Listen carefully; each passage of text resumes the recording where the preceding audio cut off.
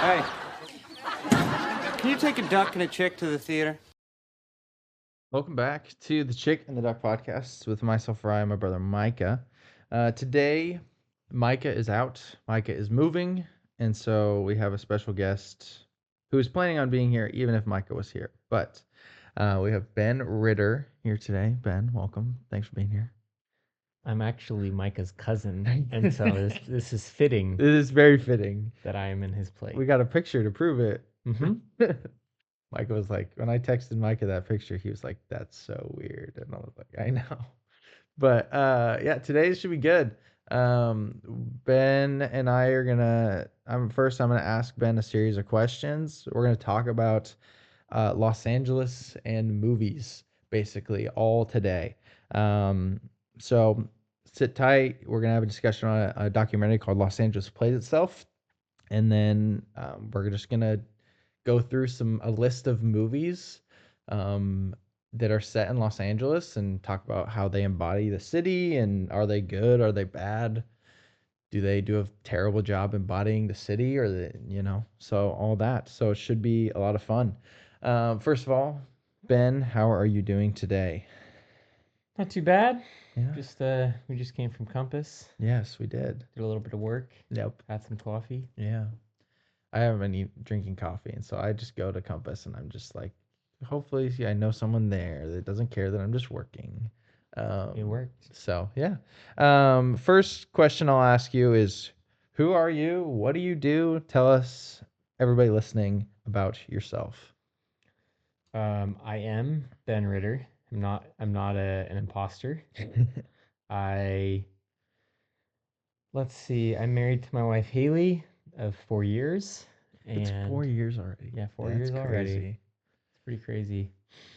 And classic Christian fashion, we've been together for 5 years and got married in four. Nice.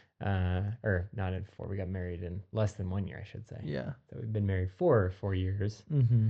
And I live here in Vancouver, Washington, also. Mm. And I work at a church called Union Chapel in downtown Vancouver. And I oversee the youth ministry there, middle schoolers and high schoolers. Mm. I've been doing that for 5 years. Yeah. Crazy. You have a cat named Champ? I have a cat named Champion Peter Prince. That's his full name. Is that actually his full We name? added middle names just as the months went on. Yeah. Yeah, he goes by Champ. And he's a Maine Coon. If you know anything about Maine Coons, they are like dogs and cats, but it's like if a dog and a cat had a baby. Like they follow you around. Mm-hmm. They're high needs Yep. emotionally. They're very attentive. They don't want to be on their own. Yeah. They just want to be in the same room as you. Which, if you know anything about cats, which I think everyone does, yeah. you know that that's not normal. Yeah. And then he just talks all the time. I got a cat thinking, oh, it's better than a dog because dogs are annoying and they bark at everything. Right. He just meows all the time, loudly, not small meows. Yeah. That's Champ. Is that a Maine Coon thing? Did they follow you around? Yeah, that's a Maine Coon thing. My cat's not a Maine Coon, and he follows me around all the time. We gave him a middle name too. We just What's his started middle name? Banks. Oh yeah, because we that's call right. his I name's remember. Pogue from Outer Banks, Outer and Banks. then Jenna started calling him Pogie Banks, and I was Pogie like, Banks. that kind of works. I like that. It's kind of nice. Really So, yeah. So, that's been, how long have we known each other now? Since senior year of high school, right? Longer technically. We've been friends since like 2016. That's true. But we've known each other technically since we were like babies, right? Yeah, we both went to New Heights, and then I eventually left New Heights in middle school. Mm-hmm. But yeah, I mean, We were in the kids ministry together. yeah, And kind of knew each other. Kind of knew each other. I mean, when you sent me that picture of you and Ellie and Kylie and Maddie and all, looking at your picture, as like, I have such instilled in my brain like what you looked like as a kid. Yeah. Like, wow, I really was friends with him back then. So like weird. This is so weird. But yeah, Ben and I have known each other for quite some time now, and been friends for also quite some time. And now we're cousins. Now we're cousins. That's which just we still haven't explained. no, how. no. How are you related to Maddie? So Maddie, Micah's wife, is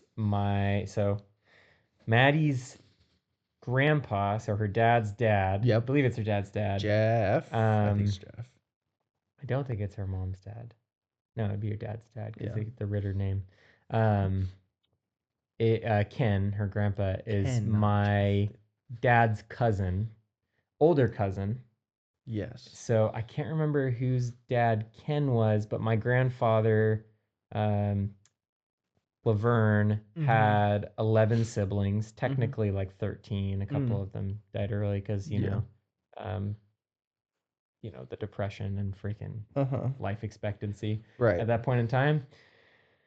But I had a lot of siblings, and so it's hard for me to keep track of whose dad is who. It was mostly brothers and then a few Gotcha. sisters. But one of them was my grandpa's brother, and so that would be Ken, Micah's grandfather-in-law, if you want to call him that, which is a really weird thing to say. Yeah. Would be like my cousin essentially. And then Maddie would be my like I don't know how the second cousin, first cousin, twice removed, whatever, third French au pair. Yeah, right, exactly. Next to marriage. Next door neighbors. I don't know how it works, but yeah, we're legally, technically, barely, not really cousins now. Gotcha. And so now we are also cousins. We're also cousins. Yeah, why not? I like it. Was Ken at your grandpa's funeral? Was he there? He was, and I didn't get the chance to talk to him. Oh, okay. Yeah, I got caught up in other conversations. Yeah, that makes sense. But I thought about Micah. Yeah. And Maddie. Yeah. And I think it's funny too because I have no memory of talking to Maddie ever. Yeah. I'm sure we played at like family reunions or whatever. Yeah, of course. Zero memory of ever meeting her though. That's funny. Yeah. All right. Do your best here. I swear this is probably the hardest question, but what do you think are your top 4 kind of favorite movies? The Letterboxd top 4 is what we ask. Am I allowed to cheat and look at my Letterboxd? You're allowed to look at your Letterboxd, absolutely. I'd have it no other way. But let's see. Oh, to start, I think the first film that, and I'm gonna, out myself as being a really basic boy right here, but the first film that kind of got me into anything, I don't even know if art house is the right term, but anything not Michael Bay, Marvel, whatever. My previous conceptions of movies were because I grew up not really liking movies because I was like, oh, I'm going to sit for 2 hours and watch the same movie reskinned. That's true. The first film that kind of broke me out of that was Pulp Fiction. I was 17, I want to say. Okay. And I was, old enough to be able to make my own choices on what I watch. And I could, had my own space to watch those things because obviously you aren't going to sit down and watch Pulp Fiction with your mom, your Christian mom, especially. No. Definitely not. And so that was the first film that really it was my gateway drug, so to speak. Yep. I'm not going to say any of these in any particular order. Fair. No, that's totally fine. Next up, mid-90s. Yeah. That film for me, I think, first of all, Jonah Hill's great. I thought his last film that he did with Eddie Murphy, I can't remember the name, was stupid and was totally a Netflix plant. I don't know if you have any opinions about it, but I thought it was a waste of my time. Oh, sorry. What was the freaking movie? He's trying to Eddie Murphy movie? He was trying to marry Eddie Murphy's daughter. Oh, You People? You People. Yeah. There was like 2 funny jokes in the whole thing. I was like, Eddie Murphy and Jonah Hill. This has to be funny. And it was Jonah Hill's production company, so so they claimed, and it was just not impressive. Yeah, the kiss at the end was CGI. What? Yeah. Why? I don't know. I'm not kidding either. Okay, I want to talk more about that later. Yeah. Yeah, I thought that was dumb, but that's aside the point. That's not what I was talking about. Of course. Mid-90s was great, and I think, you could make fun all you want for it being classic A24. I'm not like the other guys watching these edgy movies, similar to a Pulp Fiction. But for me, mid-90s goes so much more beyond like the aesthetic of it. The soundtrack being Trent Reznor and Atticus Ross is a bonus. They're so and good. Then all the features of like Tribe Called Quest and Wu-Tang Clan and whatever music they're playing. Bad Brains, like the soundtrack's impeccable. It's so good. Yeah. Very well done.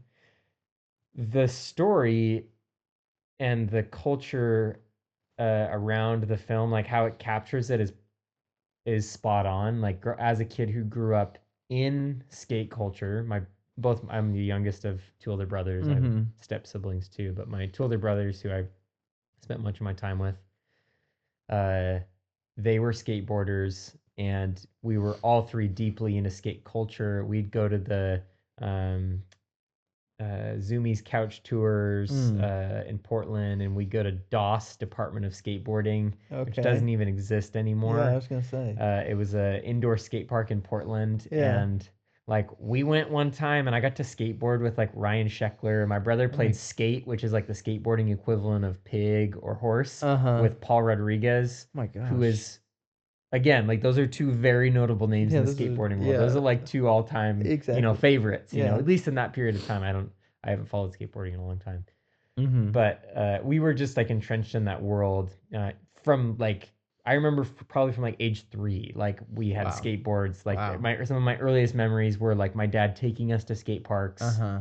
and whenever he'd travel for work, we'd come along with him. Right. And so the reality was though, like my brothers could actually skate. One of my brothers was really good. I was not good at skating, and so I'd ride the board around, but I just didn't ever like catch on to it. I wasn't as coordinated, I think, if I could be honest. Yeah. And so the premise of the main character, I'm blanking on his name. I don't Um, remember either. Sonny's the actor's first name, but Mm-hmm. of him kind of trying to fit in and navigate a different world and difficult home life, being a latchkey kid, Mm-hmm. and mean older brother who he's like bullied by, and then trying to like he looks up to, but there's these weird kind of inner challenges he's facing as he's trying to like come into his own and like Mm-hmm. um, find a sense of belonging, especially with these kids that he really badly wants to belong to, and then being young, like Right. he just looks like a baby. He does look That extremely young. I resonate with him so much. Watching that whole film, it just felt like I was watching a movie about myself. Not that I was ever that much of like a punk ass and like Yeah. I don't know, was rebellious in any way. Uh-huh, of course. I was in some small ways, but not to the same extent as him in Right. the movie. Of course. I was a little more like falling in line, but Mm-hmm. I resonated with that film a lot, and I think the story on the whole was just really well done. Yeah, that's a great movie. So that's my second one. A third, I would go. You put me onto this earlier this year, but Stalker by Andrei Tarkovsky. Yeah. Again, I'd never heard of it until you'd talked to me about it, and Mm-hmm. you found that it was playing at OMSI Mm-hmm. for their sci-fi film festival. Yeah, which is cool. It was like what? That was like during the spring. April or something like that. Yeah, somewhere around there. And that whole story really spoke to me. I won't get into all the different ways that it did. I just think the approach of the three different characters, um, the writer, the professor, and the stalker, Mhm. and looking at the world through their different lenses and their approach Yeah. to their perspective on the room and the zone Mm-hmm. within the film. And yeah, it's brilliant. Yeah. And I thought it was funny because I've had conversations and I've looked online at people who don't have a faith perspective. I don't want Mhm. to say you have to have a faith perspective to course. enjoy it, but I found this interesting theme that people who don't have a lens of spirituality at all, not even a Christian spirituality, but just a Mhm. lens of spiritual things, people who don't have that, I've found tend to hate the movie. Yeah. Like they're like, I don't get it. Like this Yeah. doesn't make any sense. And then people who had some sort of spiritual lens for the world, Mm-hmm. especially I found, yeah, like Christians, people have more of a Judeo-Christian worldview, Yeah. really resonate with the film. Yeah. There are obviously people who maybe don't get it because they're like, okay, get to the point. And I'm like, Yeah. it's a parable, dude. Like, Yeah. it's a story. Yeah, exactly. It's a long movie and Yeah. it doesn't seem to really go anywhere in the end. Yeah. I think that film is brilliant for Yeah. multiple reasons. Incredible. Tarkovsky's I want to watch more of his movies. He's so good. So good. So good. Got the poster right here. Oh yeah, that's right. There you go. Yeah. Number 4. Number 4. Let's see. Yeah, it's hard to say. It's so hard. It's like, oh, this changes every day type thing. Hmm. Working through the list.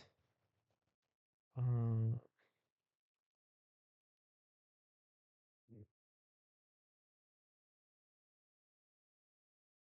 Oh goodness.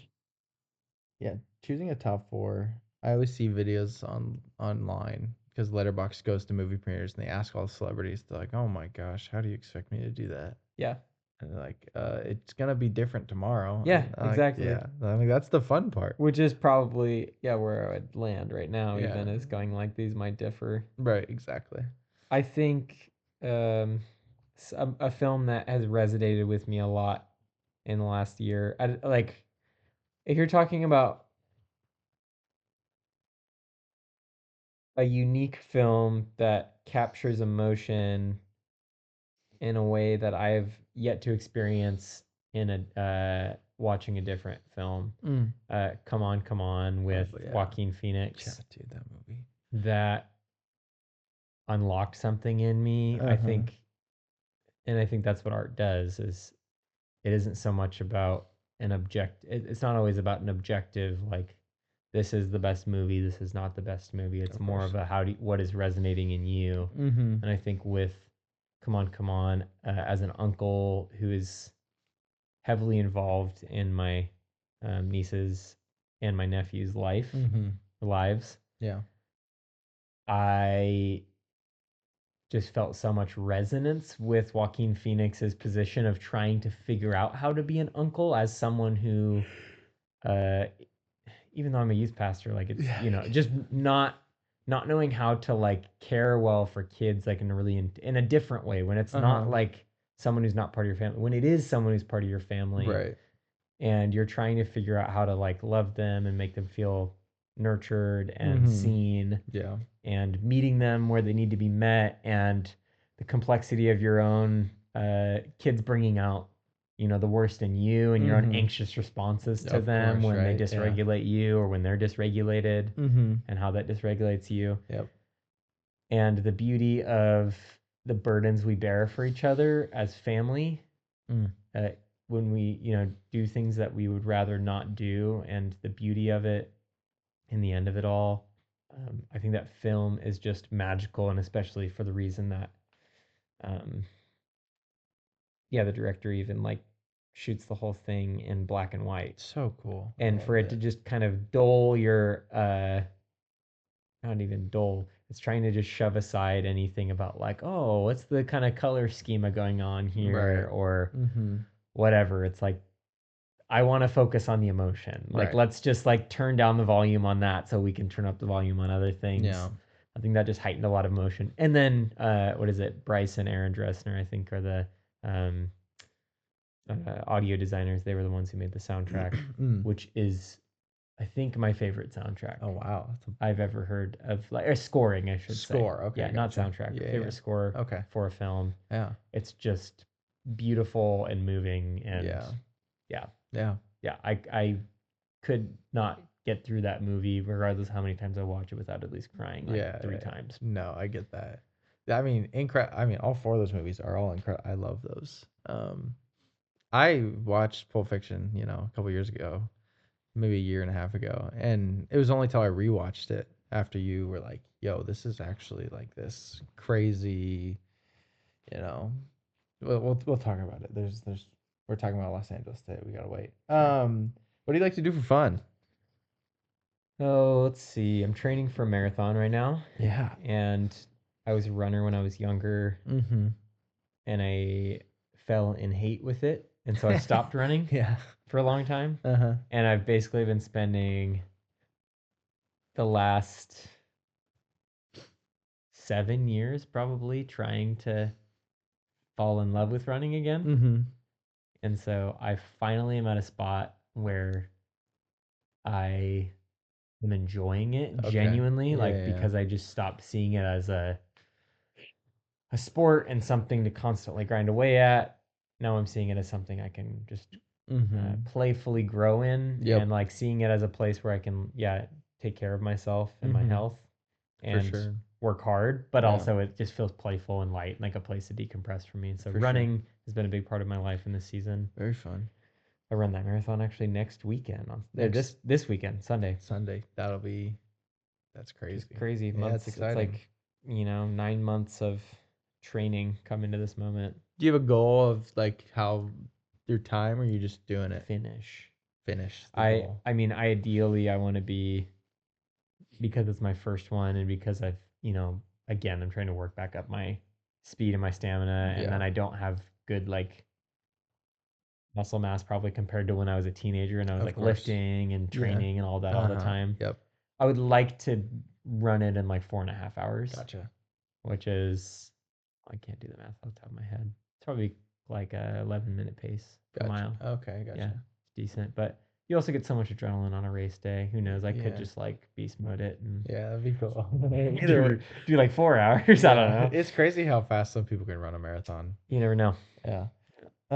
You love to read. Is there anything Mhm. lately you've been reading that you've been loving? Good question. I am currently reading. My brother gifted me for my birthday last year Jordan Peterson's 12 Rules for Life, who is a very controversial figure, Yeah, he's depending who extremely. you're talking to, I guess. Yeah. Which And side of the aisle? I've actually, for me, reading someone like him, I think it's been really good for me because I think with a character like Peterson, who is controversial, Mm-hmm.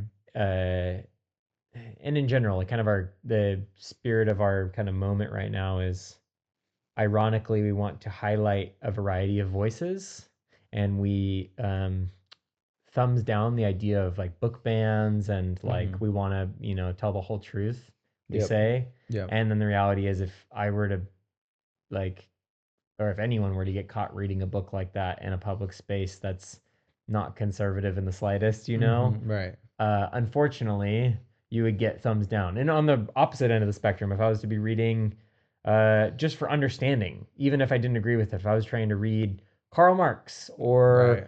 Malcolm X or whoever the like controversial figure is Right. in a Exactly. conservative space, I would get judged and be like, "Oh, why would you waste your time reading that?" Because Yeah. we don't think critically, and so No. Yeah. um, I know. I think it's just trying to be ignorant to like other people's criticisms and trying to form my own opinions about people. And so Mm-hmm. reading him has been interesting, where it's like I chew the meat and I spit the bones. Right. There's a lot of bones and there's a lot of meat with Peterson. Like he Uh-huh. says some really brilliant things and then he says some really dumb things that Yeah. you're like, I'm sorry, like personally I can't agree with that. Right. And I try not to judge it. It's a good exercise too, like trying not to judge it too hard or him too hard. Yeah.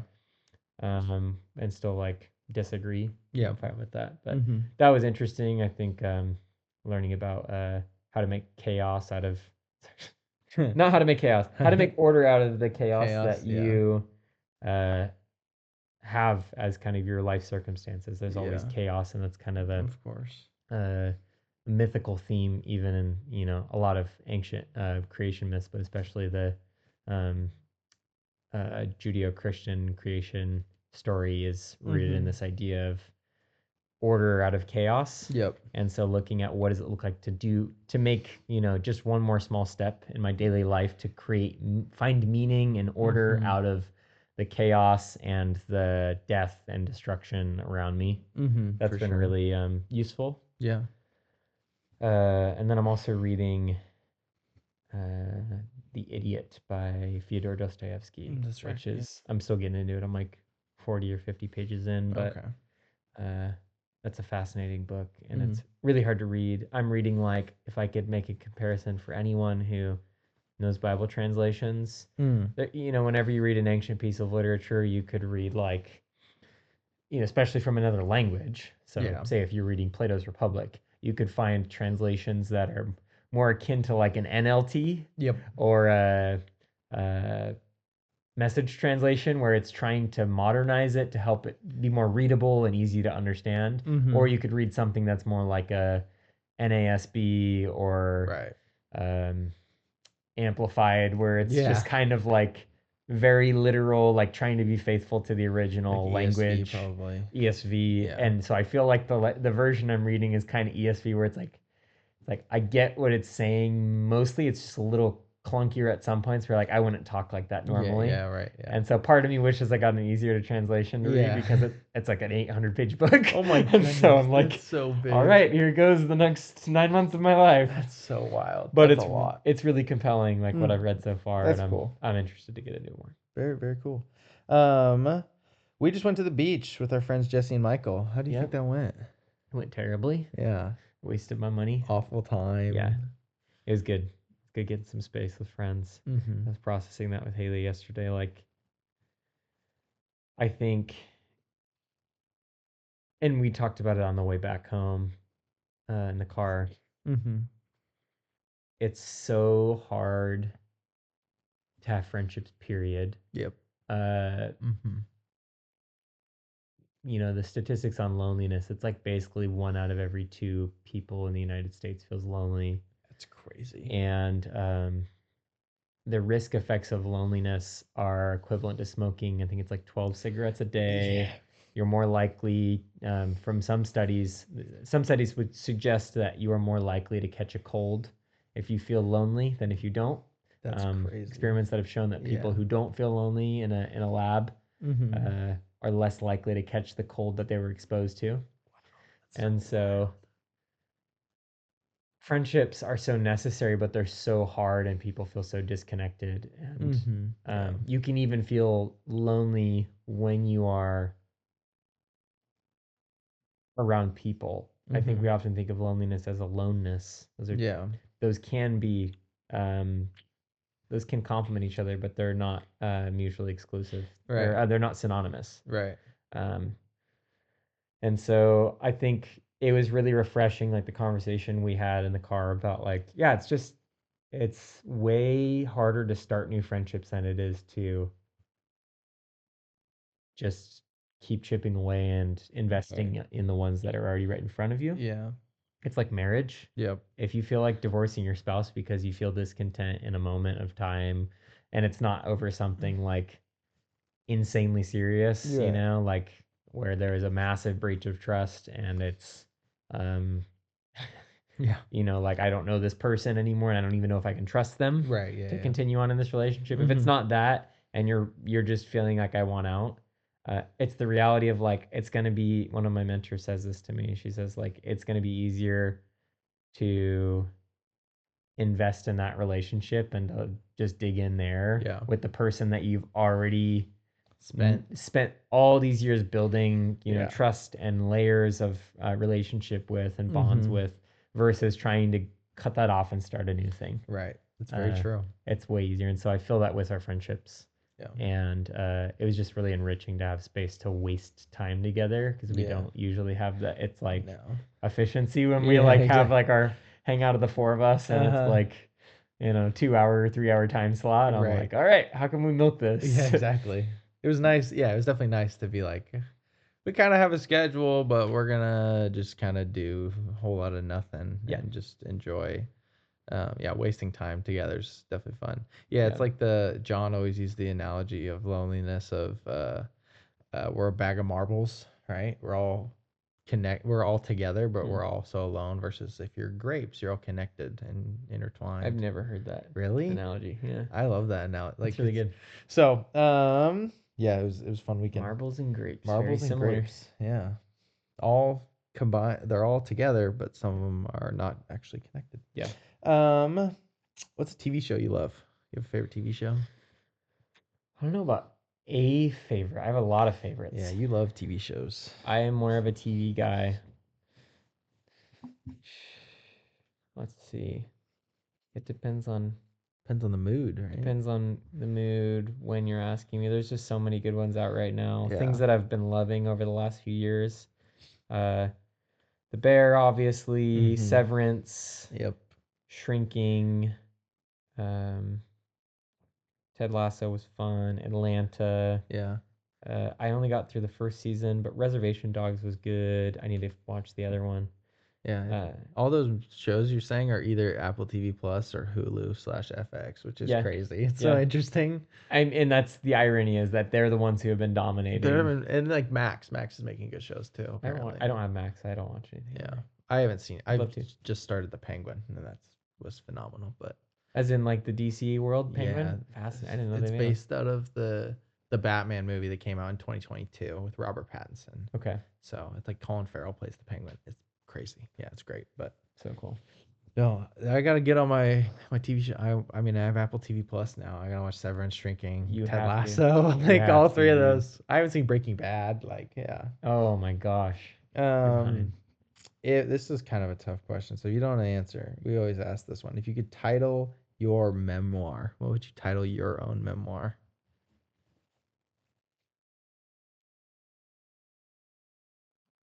I don't know. Yeah. Probably something to do with um I don't know, something to do with focus maybe, Mm-hmm. something to do with uh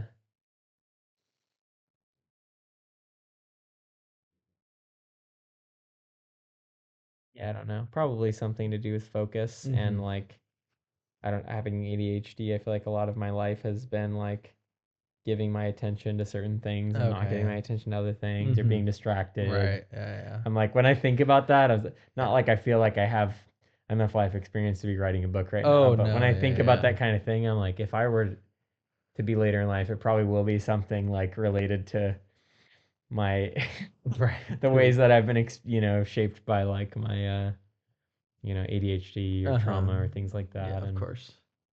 eh, Yeah. Very cool. I Yeah. don't know. Titles Yeah. I'll have to work on that. Yeah. Well, Mike and I have talked about it. Jen and I have talked about it. I've talked about so many different people, and I always think it's a fun question. But I think I know the answer to this last question. If you could live anywhere in the world for free 1 year, all expenses paid, where would you live? Maybe I don't know, but Yeah. I think I know. Just for 1 year. I'm not It's saying hard you to couldn't say. move back, but for 1 year you get all free. You don't gotta work. You Yeah. just get to live there and enjoy. I think I would honestly I'm guessing you're probably thinking somewhere in like the coastal towns in Probably. Southern Yeah, California. probably.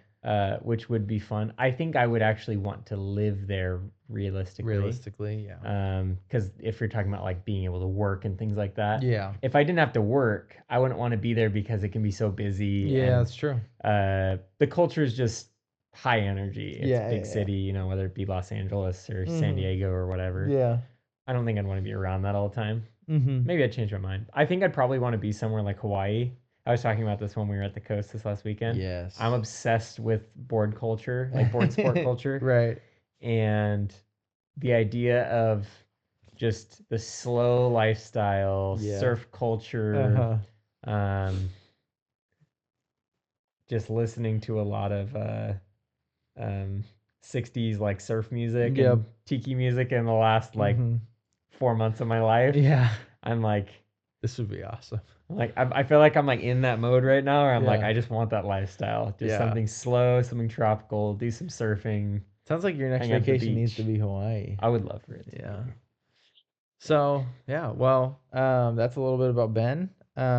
We are gonna dive into our movie of the week, which is a documentary that Ben has seen before. I watched for the first time.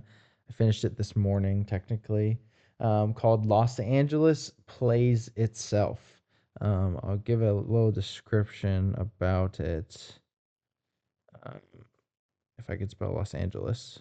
Um, So it's 2003, directed by and narrated by Tom Anderson, or if you're Ben, Steve Martin. Mm-hmm. It does it does sound a lot like him. So the description is from its distinctive neighborhoods to its architectural homes. Los Angeles has been the backdrop to countless movies. In this dazzling work, Anderson takes viewers on a whirlwind tour through the metropolis's real and cinematic history, investigating the myriad stories and legends that have come to define it, and meticulously revealing the real city that lives beneath. So that is Los Angeles Plays Itself. This kind of description. Um, what do you think about it? You want to talk about it? Mm-hmm. What do you love about it? Um, yeah, give me all your rundown.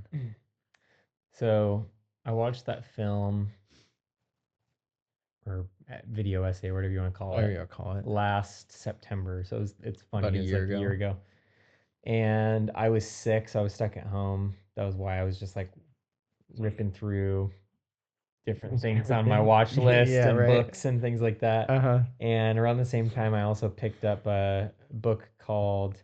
I watched that, and that actually just piqued my interest. And because of that, I picked up a book called um, Everything Now by Rosecrans Baldwin. Mm. And Baldwin makes a very similar argument to Tom Anderson in his book where he's not a native Angelina.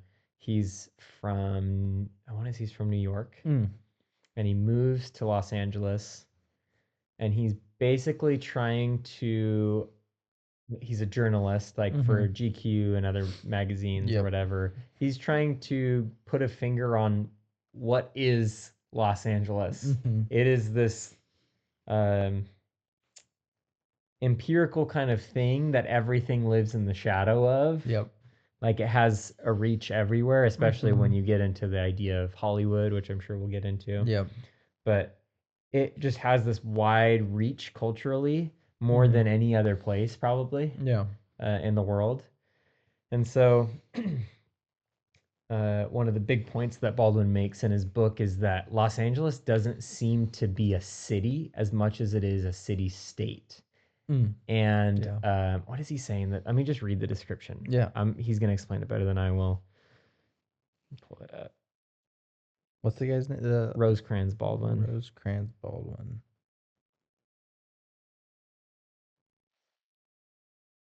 Imagine having a name like Rosecrans. It's kind of fire. And you know why his name is that actually is that's the name of a street in Los Angeles. And that was like his That's great great grandfather or something like that. It's like a Oh, famous street.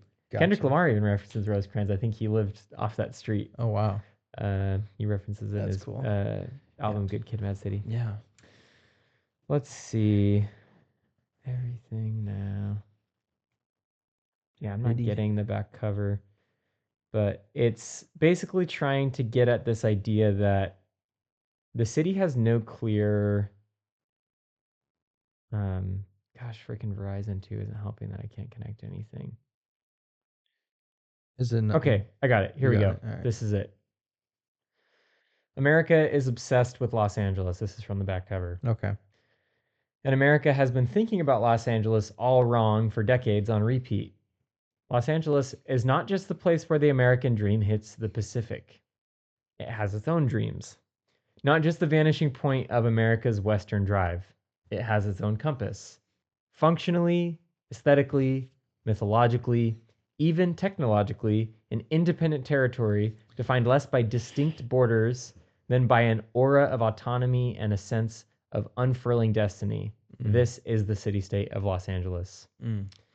And he's essentially trying to, as a journalist, approach this idea that, yeah, Los Angeles isn't like a clear, and that anyone who knows anything about Los Angeles, especially people who live there, know that it's like people who are from like Orange County will say they're from Los Angeles, and it's Mhm. like yes and no. Like Yeah. you're kind of in a whole different like place. Yeah. Like it's unclear where the beginning and ending is. Some people will try to own it. Some people will say no, you're not. People from the Valley will say they're from Los Angeles. People from Los Angeles will go no, you're not. But Yeah. really, there's not like you can make arguments, but there's not a lot of clear like beginnings and endings. Of It's kind of course. like a bunch of different neighborhoods blended together. Mm-hmm. And for that reason, it's so that's almost symbolic of the way that the city always has been, especially when you think about it in terms of the film and TV industry, Mm-hmm. because it's all about illusion. Yeah. Like it's all about the place where you can kind of manifest your dreams, where things come true, and often it's projection. Yeah. It's not actually. It's kind of all illusion. Like Right. it's the idea of when you see how the sausage is made, you go like, "Oh, that's not as magic as I thought." Yeah, exactly. There's something cool in the lore of it, but Uh-huh. really, it's just normal people doing, making cool things, and there is, a magic in that. I don't want to like demystify it, but Right. it's kind of the irony of the fact that there's, yeah, it's kind of kind of an illusion. That's what I'm trying to say. Right. Smoke and mirrors a little bit. Yeah, definitely. And so I think that the movie does a really interesting job trying to break down um, how Los Angeles and then really like Hollywood and the birth of Hollywood has affected the way that film is and um, the way that we perceive the city looking back at it. Yeah. It's really interesting. I found it, because his whole perspective is like, he's like, I love Los Angeles, but like I hate the way it's become. He's like, I hate the Hollywood Walk of Fame. I hate, it's interesting because like I like that part of it. Like obviously there's movies that talk like no one likes to rag on Hollywood more than a Hollywood movie. But like Babylon or Sunset Boulevard or many others. But like I like the movie magic behind Los Angeles. Like that's what I like. I like when I went to California and I drove by the Griffith Observatory, not because it's in Los Angeles, but because it's featured in Rebel Without a Cause and La La Land. Yeah. Like that's not like if I was talking to Tom Anderson and I was like, that's what guess what? And he was my friend. I was like, hey, I went to the Griffith Observatory. It was in La La Land, and Rebel, like he'd be like, I hate you. Like this is the antithesis of why I do not like this. And so it was interesting seeing someone that like just truly in love with the city of Los Angeles. Also knows literally so much. Literally, I mean, he's referencing movies literally left and right, and That's I'm like, insane. I'm like, there's no, and he made this in 2003. He can't just be like Chat GBT. Give me all the information I need to know about he did this. his Googles Before Google. Yeah, he read books. He probably watched all these movies. So yeah, it was captivating and convinces you a little bit of his perspective. And yeah, I appreciated everything he was doing there. Some of the things I was like, dang, I had no idea. But yeah, very, very good. Do you want to? I have questions that we could talk about, or is there things you wrote down that you want to discuss? I'm sure we'll get into it. So if I do. I did not come with these questions myself. I cannot lie. I just spoke of ChatGPT. They're from ChatGPT. Thank you, internet. Yeah, thank you, the internet. So the documentary. How does the documentary challenge or reinforce common portrayals of Los Angeles and mainstream films? How does it challenge How does them? it challenge or reinforce common portrayals? Huh. Yeah, he talks about uh like it like oversimplifies what LA is. Like, and I noticed even like because I started watching all these movies like this last week and a half of like movies in LA. They're all about like the same things. And or they feel like that. It's like, oh, it's a crime drama with the police and or there's this romance or it's the Hollywood elites and I'm like, it just totally makes the city just this one thing to fuel whatever narrative they're going for. So I found that what he was pointing that out a little bit. It just oversimplifies everything. Yeah. Um, Yeah, he even gets into that with the idea of we conflate Los Angeles with Hollywood. yeah, which That's also what we interesting. think of when we think of Los Angeles, That's what I think of. and especially the movies. Uh-huh. And then the irony of that being even like a lot of movies are made in like Culver City, which is not Hollywood. Yeah. It's west of Hollywood towards Santa Monica. Uh-huh. Yeah. It's like what even is like LA and like is this like what's actually characterizing the actual city the best? And like a lot of these movies just aren't really doing that. Yeah. It was what I learned. Obviously, I did not. I thought, oh, this is great. This shows me exactly what Los Angeles is like. Yeah. So yeah, it's interesting. So it definitely does challenge. He's a smart dude. I really appreciate his perspective. Yeah. In what ways does the film highlight the relationship between LA's real geography and the way it's depicted in Hollywood? You're kind of getting at that as well. Yes. Yeah, it's so different. Like there. I was even looking it up. Like, there's like movies that are like, this is set in L.A., but it's a fictional L.A. Like the movie Seven. Like Mhm. I love the movie Seven. It's great. I think it's awesome. But it's like, and I was looking up and researching. It's like, oh, this movie's set in Los Angeles, but it's like it's like a fictional version. Like, what is it even? What is that like? What's the point of this? Right. Yeah, I don't know. I find it fascinating. Yeah, the concept of place within it. Again, he even touches on the complexity of even the arguments against. Yeah, the what does he say? What's the word he uses? He says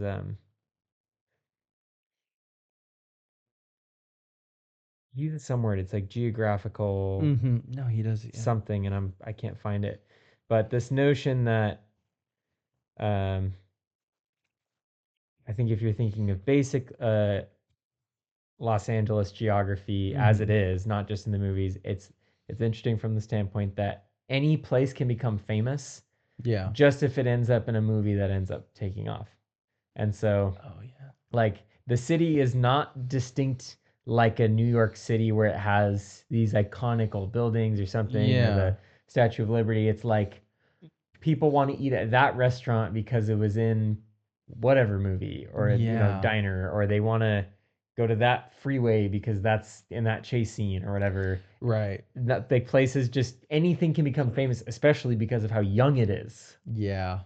There's nothing really like distinct about it Uh-huh. quite yet with its short history. Yeah, that's really interesting because there's like I see like before I went to California, it was like there's whole websites dedicated to like, and I'm just using the example of La La Land because it's like one of my favorite movies ever, but like here are all the locations. Like here's the section on the 405 where they stopped all the cars. Right.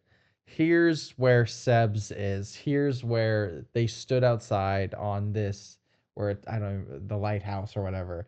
Like obviously the Griffith Observatory. Here's where the road is where they dance. Like these are now famous landmarks, and one of them is just a corner of a street that Right. now is famous and has its own history and lore, and people will drive to see it. Just the view, it's just a view of Los Angeles Right. with a bench and a lamp, like a light post. Like there's nothing. It's There's nothing. It's nothing unique to that like except for the fact that they filmed it something is. there, Yeah, yeah. like which Something is took cool. off there. Yeah. But It's just a place. if you keep driving around the roads, you're gonna go by another viewpoint that's gonna have the same bench and the Right, same light that post, and that it's too. just like, oh, they just didn't film it there. Yeah, there's nothing particularly unique. Do you have a Yeah. favorite like place that has become famous in LA because of maybe movies or I don't know. Hmm. I just thought of that. I don't know if I do. I think that feeds into like that's part of my adoration of the city because it's one of again, it's such a hated city Yeah, too. it is a hated city, big Like time. people just have so many opinions about it, even the people that live there. I think Mm-hmm. what I love about it is some of the strangeness, and I've understood this more and more as I've grown up, Mm-hmm. but some of the strangeness of there's not really like a clear place that feels like homey. Mm. Like it's Yeah. like it's like there's no clear center, like he Yeah. talks about.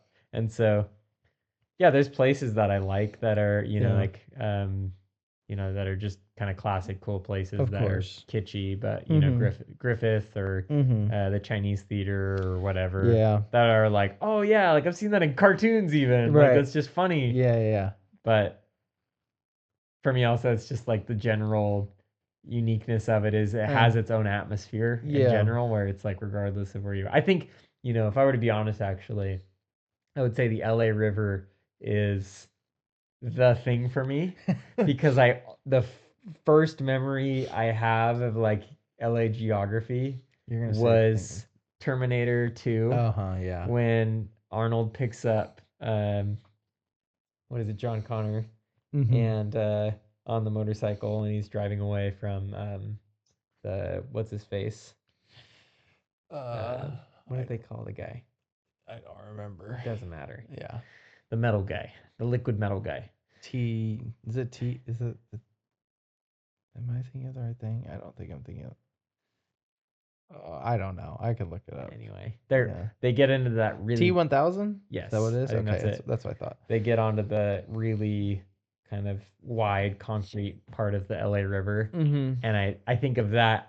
I think of like video games I used to play where you drive down that. Yeah. And they're just like, that's just iconic to me. It's just classic. Like LA is this concrete jungle, Yeah. ugly, whatever city. And that's kind of part of what makes Uh-huh. it charming. Yeah. It has its own character, which it doesn't, but it does. Yeah. It's like when I was there, we were driving to Griffith, and just kind of driving around the Los Angeles, Hollywood, where I don't even know, where am I? Am I actually in Los Angeles? I don't know.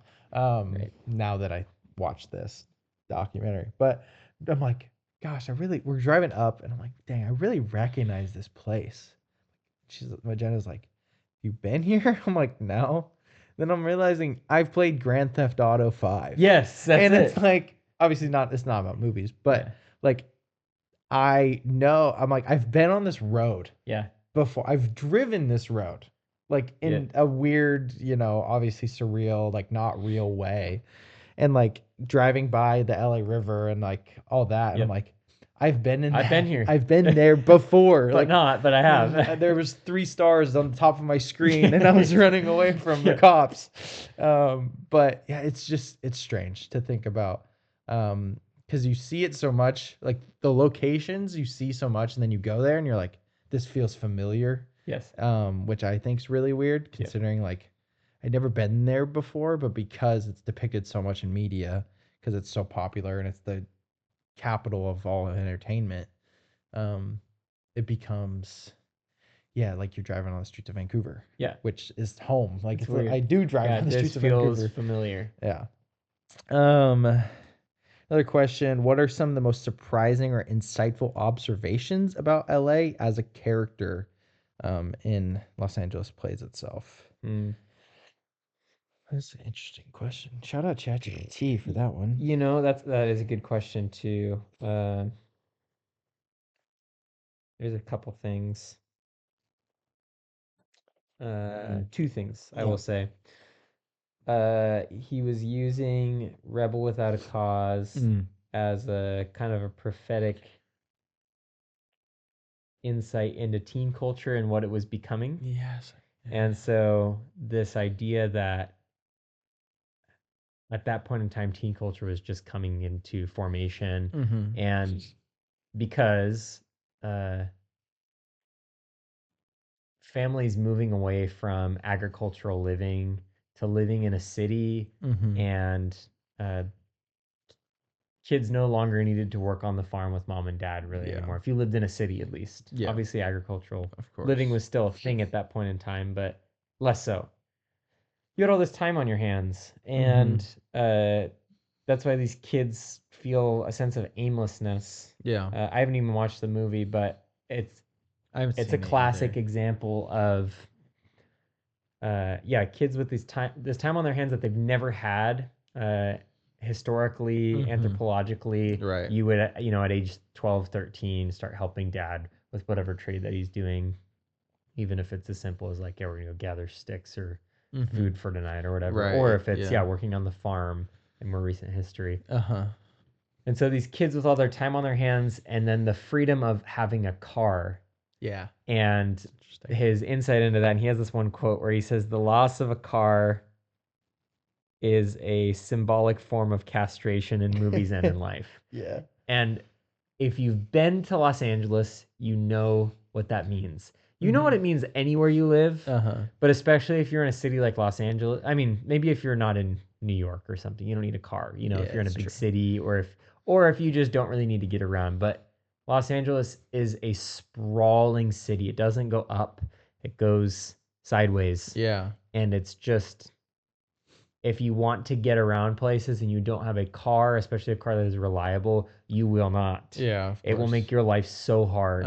It's so, even if you have a car, it's frustrating getting around. Yeah, but like to not have one at all, it's just like, it's miserable. And they're trying to work on that. They have been for a long time. I think they're finally making progress. Yeah. But I think his quote of it just being like, it's a symbolic form of castration. Yeah. Like, that's pretty accurate. Like, it is kind of the loss of freedom in a lot of ways. Yeah, completely. I definitely see that. Like, obviously, you when you go there, you're like, I need a car. I have to rent a car. Like, I have to spend the money to get around this city because it's so, like you said, wide. It just keeps on going. Um, and so, yeah, that's interesting. Yeah, yeah. He talks about like the blank slate nature of how directors use Los Angeles, and like how it's like they use the city to be like, all right, Blade Runner 2049, that's set in Los Angeles. Heat, that's a crime movie. La La Land, the romanticizing of Hollywood. Babylon, old Hollywood. Like, it's so the nature of how they use it in movies, I think, is interesting. Is what I was finding, where it's like, I can take this city and I can make it whatever I want. I can make it Yes. the backdrop of old Hollywood. I can make it love and dreams and passions and coming together in that in La La Land. I can make it this crazy dystopian and Blade Runner. I can make it just a backdrop and just a place to be in Transformers with giant robots. Like, it's there's Right. still LA. Like, you watch the movie, like, that's Los Angeles for sure. It's just it's probably the thing that I think I found the most interesting was like, I didn't even like, you watch all these movies and you didn't even realize like how much or how many of them are actually set in this place, Mm-hmm. and none of them are cohesive. Yeah. Which I think is interesting. Yeah, it's he mentions the idea that it challenges the notion that uh that a film's location should not be disclosed. Like when you watch a film, Mm-hmm. at least, I think it's probably from what I would understand more of a modern idea, like Mm-hmm. really leaning into like the place of something Yeah. being this obvious thing, but like distinctives, I guess. Mm-hmm.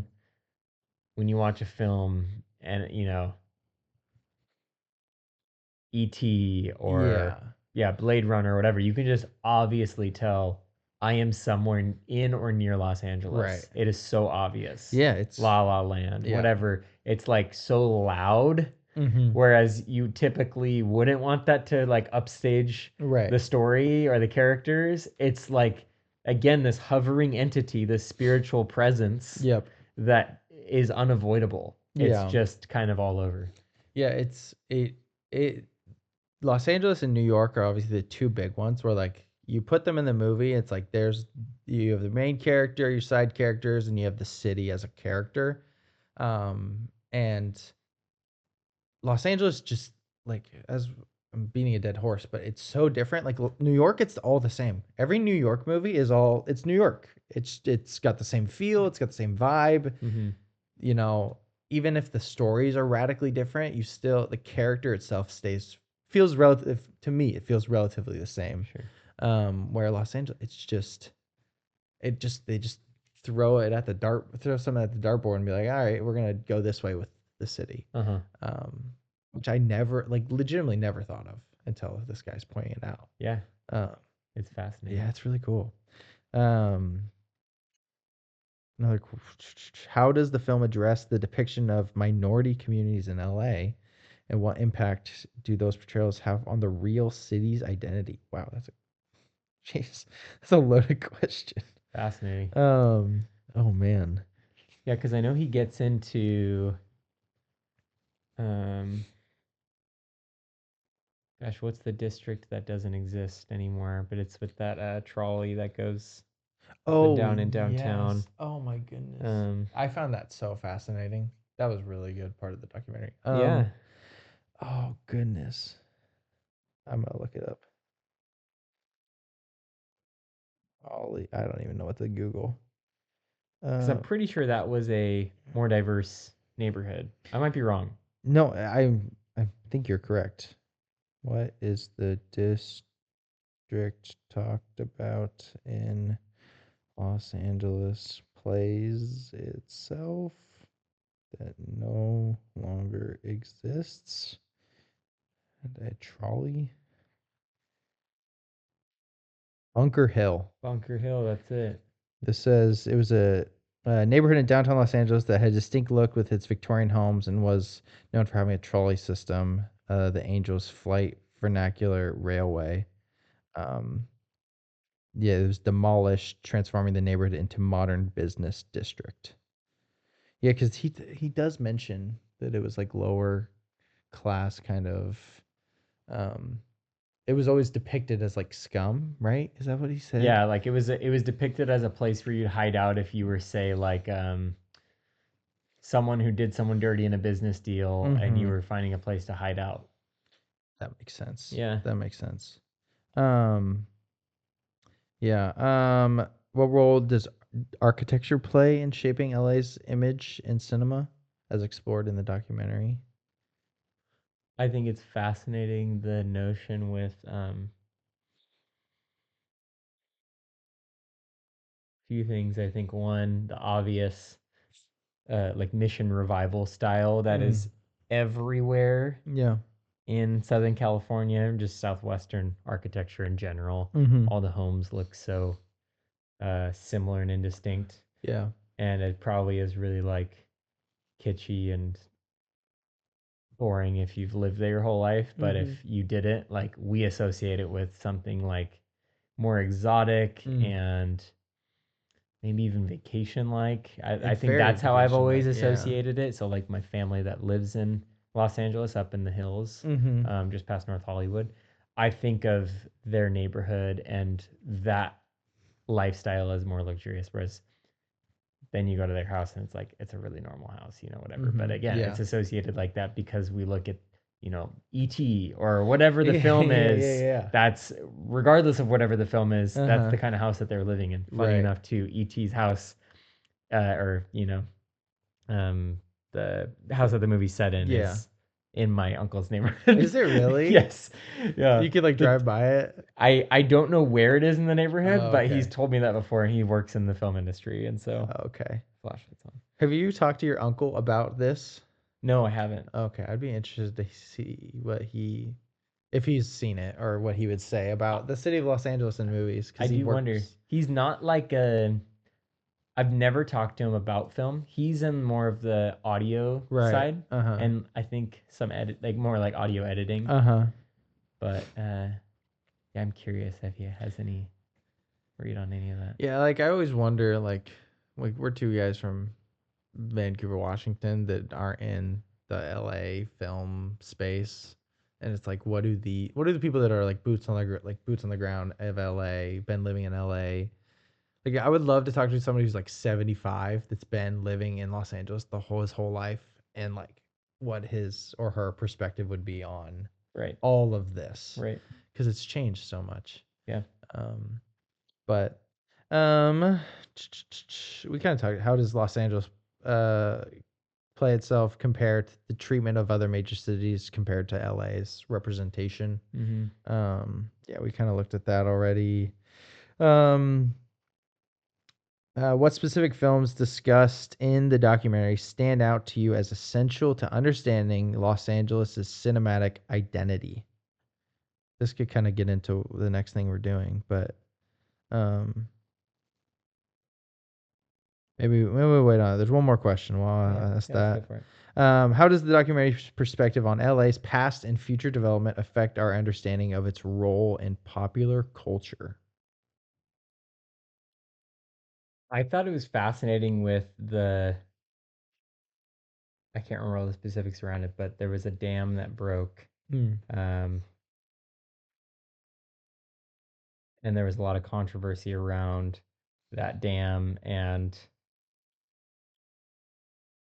the whole development of that, whatever the situation was. It was something to do with the water supply Uh-huh. of Los Angeles and all the controversy of how Los Angeles gets its water, which I know is a similar issue in a city like Phoenix. Mm-hmm.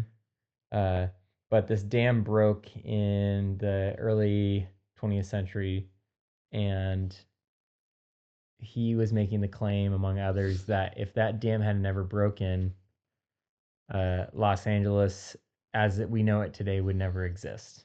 Mm. And how it initially was this kind of, um, even after that era, but like probably even before it, like it existed as this like kind of exotic vacation place. It wasn't where people actually lived. Uh-huh. It's kind of seen as this like tropical whatever, but you couldn't actually live there. Right. And the notion that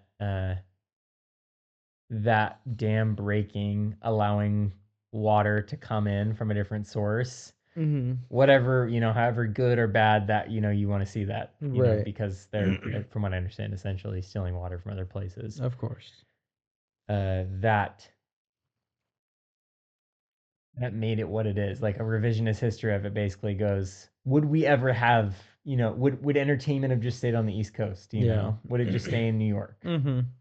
What would it Yeah. what would happen? What would have happened? That That's is really bizarre to think about. Yeah. It's Would it have ever taken off at the same scale? Mm-hmm. Yeah. How did it become it? I mean, it became like the center point of all entertainment. Mm-hmm. And like New York was that before LA was? Do you even know? I don't know specifics. I would just imagine that would be a place, Uh, considering it has history of entertainment. Right. Yeah, it's fascinating because not only did it be like the rise of like obviously film and TV and all these things, but like it became the center point of like when people got famous on Vine, it'd be like, "Oh, I gotta move to Los Angeles." Right. It's just I don't even know. It's weird. Like, why can't you just do it in your own city? Yeah. Yeah. Which, again, there's something about it that is the connectedness to the place. That's Mhm. where the magic is. Right. Sometimes, like, being around certain people. Yeah. But then there's the thing of, again, like he says, like, a lot of people don't even live in Los Angeles who are in the movies, Yeah, it's true. Or in Hollywood, I should say. They're in Yeah. Los Angeles. Yeah. They might be in, like, Los Feliz or Mm-hmm. um, I don't know, Yeah. Sherman Oaks or whatever. Yeah, all those places. Yeah, it's interesting. Um, Anything else you want to say about the documentary? Um, any other notes you wrote down? I wish I took notes. That would have been a great idea. Something that was really fascinating to me the first watch through too is uh so Los Angeles has this rich history of design, and as Mm-hmm. being like a bastion of like modern design, specifically modernist design. As Mm-hmm. someone who, I'm like just cutting my teeth on this stuff, but I care a lot, like at least on the like specifics of the stuff. But I love history of design and modern design specifically, and Los Angeles and its architecture is known for that, as we know. When we think of more futuristic or modernistic living, we think of Los Angeles. There's things Yeah. like it. There's nothing like it, quite honestly. Mm-hmm. Like we have other cities that are inspiring. Right. Japan, like Tokyo specifically in Japan, or we think of Kyoto, or we think of France, or Paris. We think of whatever. But Los Angeles is its own thing, and it kind of pioneered that style. The humor of the fact that somehow, um, somehow through film, only villains were allowed to like live in the like fun modern home, not like fun modern homes, but Uh-huh. modern design, which was actually initially seen and proposed by the designers. When you read about the mid-century designers in the surrounding hills of Los Angeles, like the Stahl House or whatever the house is, Mm-hmm. the Eames, Ray and Charles Eames, Yeah. they were trying to push forward a modern city because they wanted to propose a more natural, holistic way of life. Mm. But through film, modernist design got conflated with villains as So like their like interesting. kind of cool hideout or whatever. Uh-huh. And so ironically, we paired it with like sensual, viceful living. Uh-huh. Like where he uses different films, for example, like Big Lebowski, Yep. and he uses LA Confidential and Yes. Heat and whatever. Mm-hmm. It's like all the bad guys Have have the cool modern homes. Uh-huh. It's kind of seen as this like layer thing. We even see that in like cartoons that we watched growing Yeah, up. it's true. And it's so fascinating going, I never noticed. He put his finger on something that I've never noticed before. That's why is that is really interesting because you think about it and it's like it how widespread it is now. Like you, I didn't even think about that. I was watching. What was I watching the other day? Transformers movie. I watched all the Transformers movies. And the third movie, they're in Chicago, which is in LA, obviously. But the bad guys, the bad humans, are like cooped up in somewhere in the city, and it's like a penthouse. It's the rich. It's this modern design. Yeah, that's. And you think of Heat, you think of all those other movies. I haven't seen LA Confidential, but how often really is the villain has the nice place. Yeah. The night, like I'm even thinking of TV shows where it's like they're going to look at where the the corrupted politician is out with the freaking, I don't even know, uh, criminals. Like they're all together in this house, and it's this rich house that's modern design in the hills of Santa Barbara. Mm-hmm. And I'm like, yeah, that's putting your finger on something like that is like you've made it. Like you've done something really special with that. Yeah. That's cool. I Yeah. didn't think about that. That's great. Yeah. Um, yeah, it's interesting. The film did talk about a lot about how architecture shapes the city and how different directors use architecture and co-opting architectural design for a certain demographic of character in a movie is it's a really fascinating thing to do. Yeah. I didn't know the whole like um, it was meant to be more holistic. Yeah, because we think of modernist design often, we think of people trying to be edgy and maybe eccentric or different. Yep. We think of Los Angeles, and Los Angeles's whole kind of MO is reinventing yourself, right? Especially Hollywood. When you think of Right. Hollywood, Of course. its MO is reinvent yourself. Mm-hmm. How do I go? So, the random kid from the Midwest, how many actors are actually not, born and raised in Los Angeles or Hollywood? Yeah. They actually move from the Midwest or from the East Coast Mm-hmm. or from a different country. They come to LA and they want to make something of themselves. And so we Mhm. think of modernist design as a reinventing of just trying to be futuristic. Yep. Really, the original vision was more altruistic. It's going, how can you make more functional spaces, more natural lighting, maybe even like an eco roof that helps save energy, maybe indoor outdoor spaces, so like Yep. large doors that you can open up and let in more outdoor air, more functional outdoor spaces so that you can spend more time outside. Right. It's all about how do I create a more holistic lifestyle that's connected to the earth. Mm-hmm. And ironically, it became this elitist thing that was associated with reinventing yourself and sensuality and Yeah. kind of like an escapism from the status quo. Mm-hmm. It's fascinating. It is fascinating.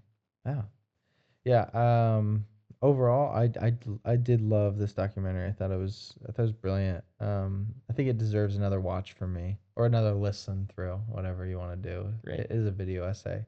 And I think if you love like would be something that I think I would now put on like if you love movies, you know, if I had made like a top 100 like essential watches, I think this would go in there.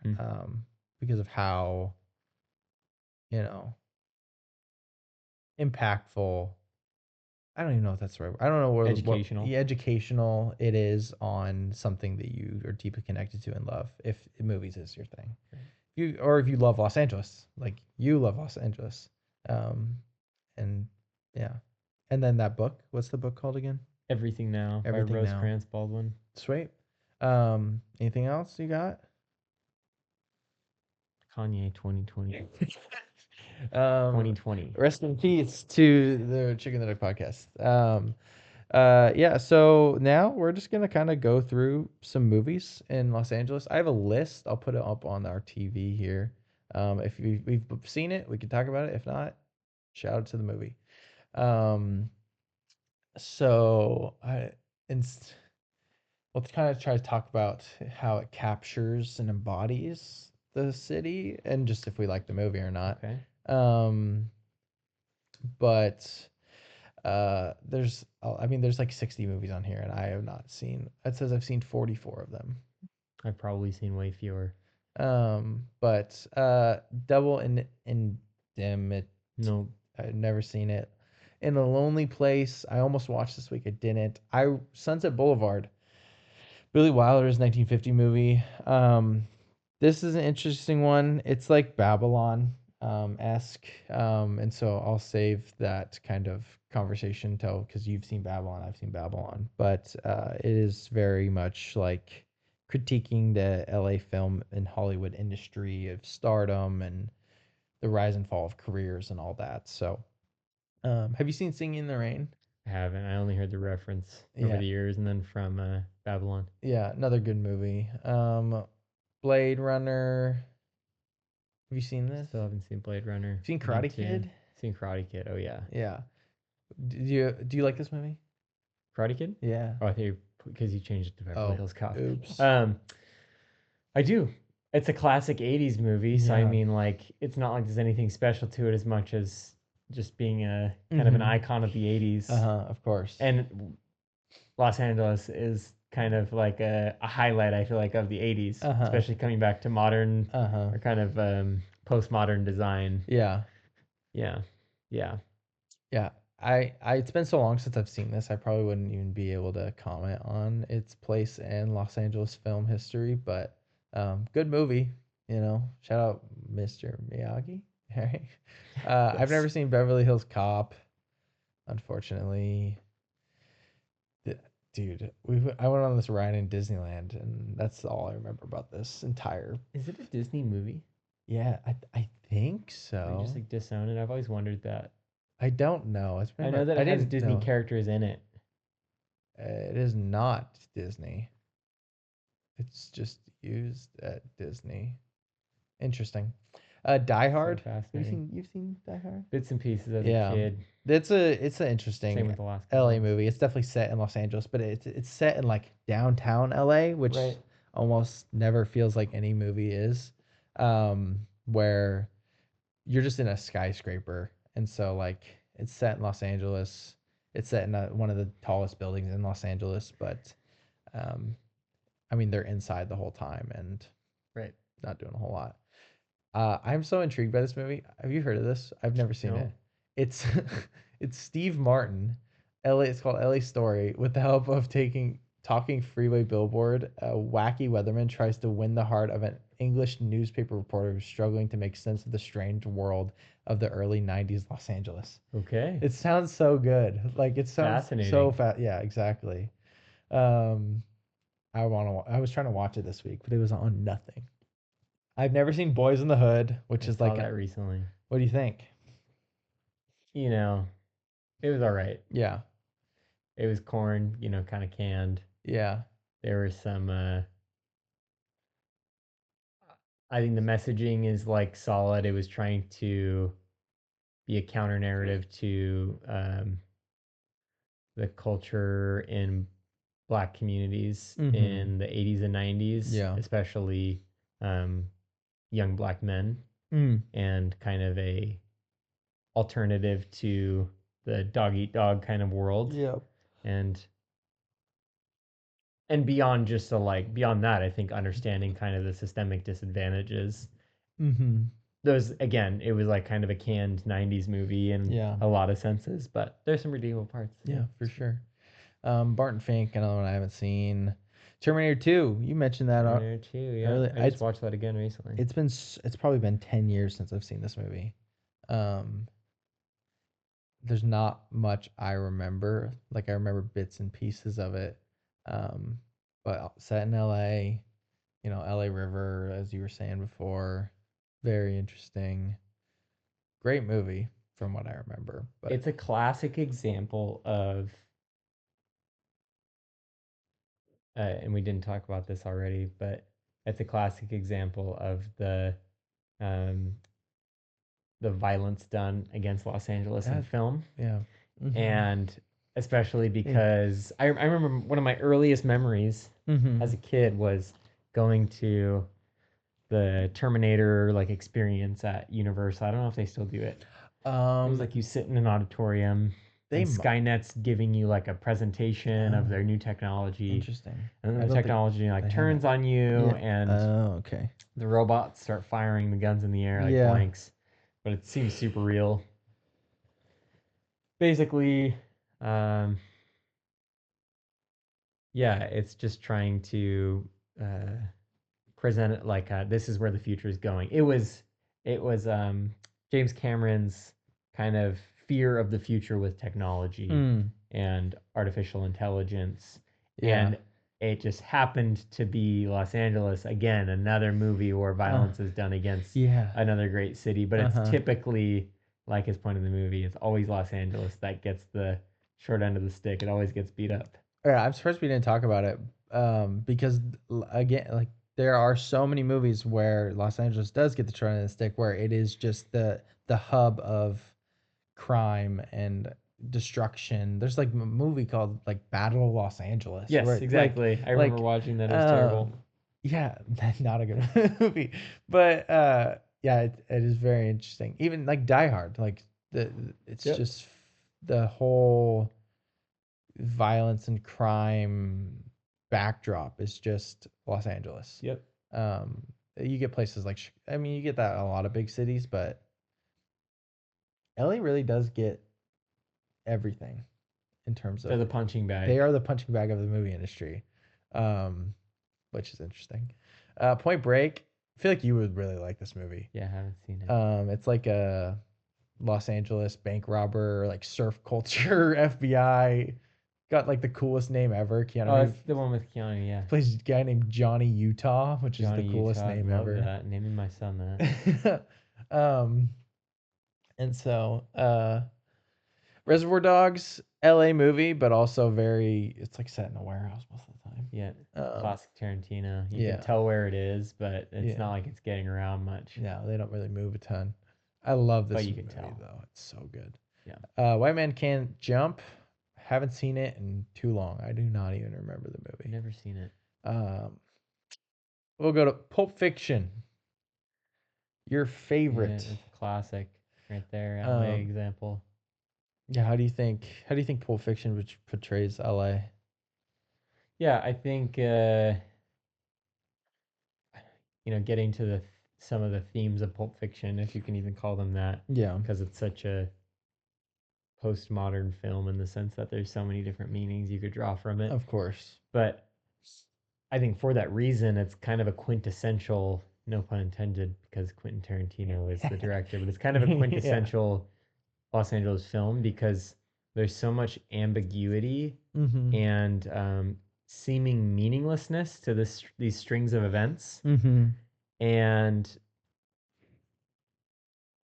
it's really not until the most recent watch through that I started to realize a little bit more meaning. Mm. Like when Jules has his moment at the end and realizing, Mm. oh, there is like a common thread. It's obviously Mm. not the point of the story. Yeah. It's an anthology and there's, Yeah. you know, all these different, things going on. Right. And it seems like it's all kind of meaningless, Right.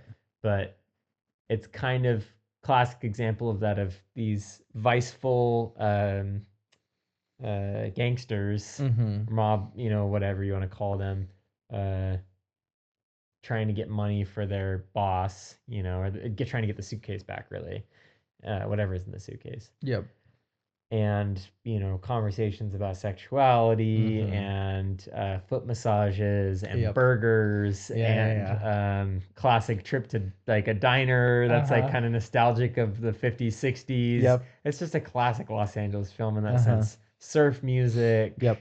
uh, funk music. It's just a little bit You of have the everything, you have man. the whole dance scene where everybody's out and Yep. John Travolta and Yeah, doing Uma the Thurman, twist. Yeah, right? her Yeah. Uma Thurman. Um, yeah. The yeah. Well said. I don't think I could put it better. In terms of the movie, I just appreciate it so much. Samuel Jackson's kind of just giving an all-time performance.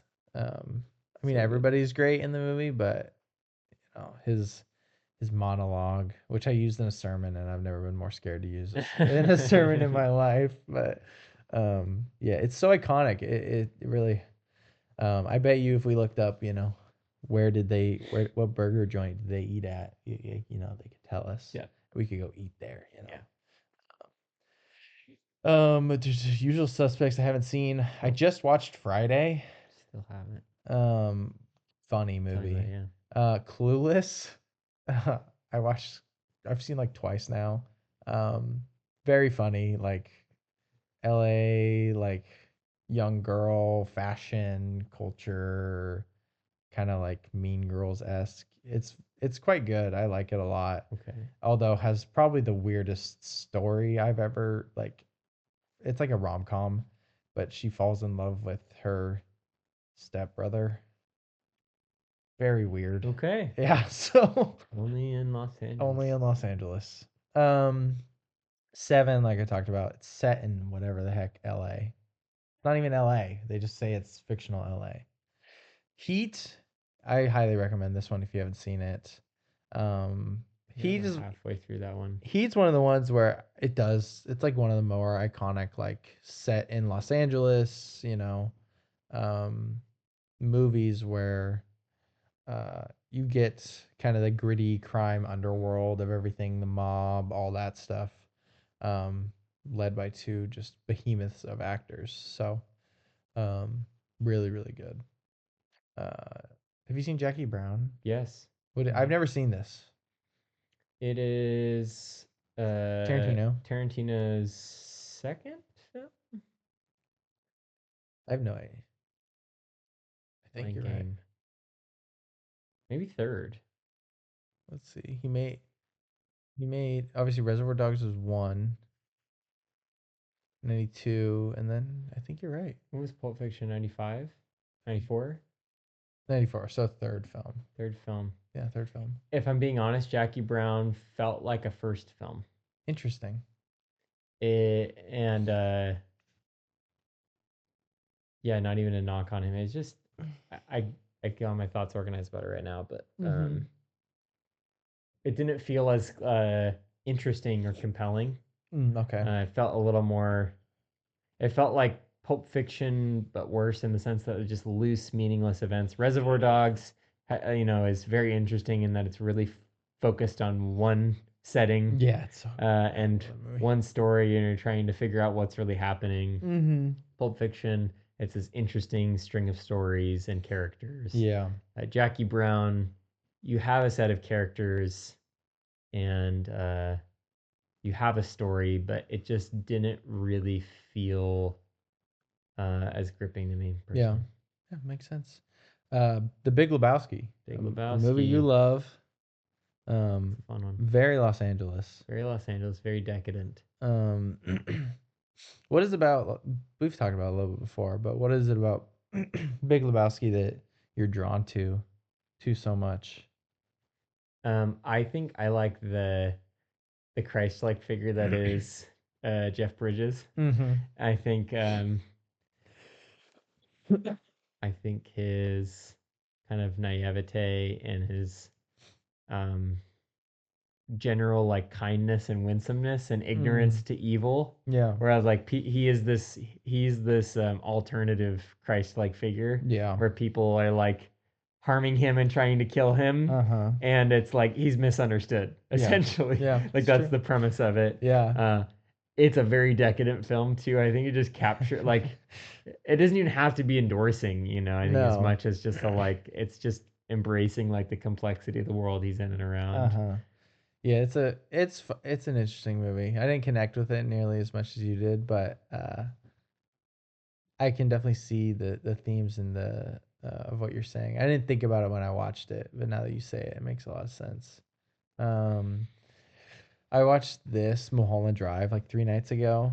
Kind of crazy movie. Tell me about that.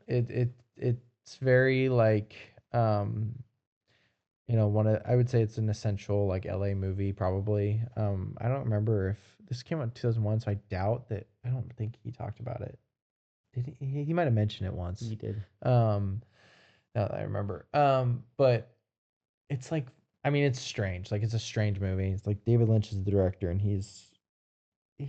they're not like horror movies, but they're definitely uncomfortable in what he's doing. And it's this girl that moves to Los Angeles to be an actress, and you kind of get this like everything's peachy and perfect and amazing, and she's falling in love with this girl, and she's becoming an actress, and she nails an audition, and then the movie like just completely flips on its head and she wakes up and it's like this was all a dream and Los Angeles is dirty and grimy and awful and you're being taken advantage of, and it's really obviously paints Los Angeles in a very negative way. But I mean, don't fully even understand the movie.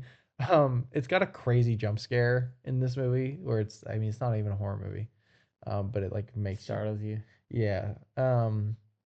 Like this would literally take repeat viewings for me to fully grasp. Okay. But I do think it's very good in like it feels very like you're in the city.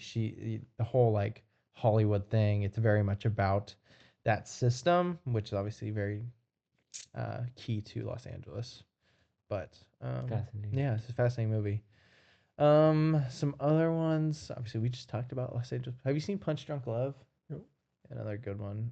Battle of LA. I literally remember going to see that after school, Yeah. the end of the 5th grade. Mm-hmm. No, I was like a 7th grader, I think. Yeah. I can't remember. Yeah. I don't remember. Like it came out in 2011. I probably saw it in 2012, and that was the end of it. Wasn't interesting. No, not even in the slightest. Some other Drive's good, but Nightcrawler. It's a Dude, I Jake. never got to finish that one. This movie's great. Yeah. I enjoyed what I watched. It was disturbing. And I think my wife and I just couldn't handle it at that point in time. Yeah, It was it's like during COVID, and I was like, yeah. we got enough like sad Yeah. realities, disturbing realities. Yeah, because he's like, it's like Jake Gyllenhaal, and he's like the news guy, and he's just trying to capture every negative thing because it's what gets clicks and like it's what's gonna drive his career forward. And so it's like the underbelly of Los Angeles at night, and he's doing whatever he can to completely, make it, I guess. So Right. it's interesting. Um, Dope. I remember watching this when it came out on like Netflix in like literally 2016 or something like that. Night of Cups, great. Have you seen Straight Outta Compton? I was obsessed with NWA in high school, and I Okay. definitely saw that when it came out. Tell me. That's hard to believe it was 2015. Yeah, it was a long time ago. It's It almost felt 10 like years ago. 2017 when that came out. Yeah. I bet if I watched that again, I probably wouldn't have the same excitement about it because I was like a teenager and Yeah, of course. everything's awesome. Mhm. But I thought it was fun getting a behind the scenes look and a kind of the lore of Mhm. West Coast like gangster rap culture. Uh-huh. Yeah, for sure. And then I think especially understanding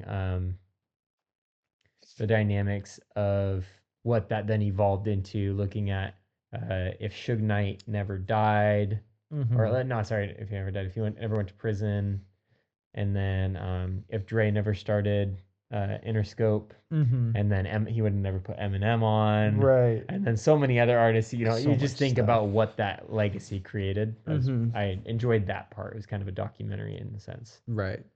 No, I don't remember the movie. I've seen it. I probably should like remove like there's so many movies I have on Letterboxd where I have a rating for them, and if you asked me about them, I couldn't even tell you what they're about. But it says it says I like the movie. It says 4 I know. stars. It's like That's why I had to be careful when I started Letterboxd. I was like, I should probably wait till I rewatch some of these to like put them on. there's a lot of movies like I could tell you like I genuinely like this or do not like this or Yeah. whatever because I've seen it since in the last 3 years, Yeah. but I haven't seen Straight Outta Compton since it came out. So like I don't know. The Nice Guys. Have you ever seen this? No, it was on my Netflix list for a long time. It's very funny. It's a comedy with Russell Crowe and Ryan Gosling, but I do think um, it it's like they're investigating a death basically of a porn actress. It's like akin to Big Lebowski. Yeah, it has that vibe. I think it's a really good movie. It's very funny, but it does deal with again similar things of that's what LA is depicted as of like this under crime, fascination and like, but I think it's interesting, kind of looking at it in the way of like the destruction of pornography and like this actress that was killed and everyone's obsession with her and yeah, it's very interesting. So that's also a hub of like that type of industry. Los Angeles can be at least. Yeah. Yeah, for sure. Like I remember there's that guy. He's a pastor now and more speaker now. Like Joshua Broom. He got recruited to do pornography and he moved to LA and did it for 6 years. So Wait, before he was a pastor or after? before he was a pastor. Okay. Yeah, he was not a Christian. Then he became a Christian and now he's a pastor.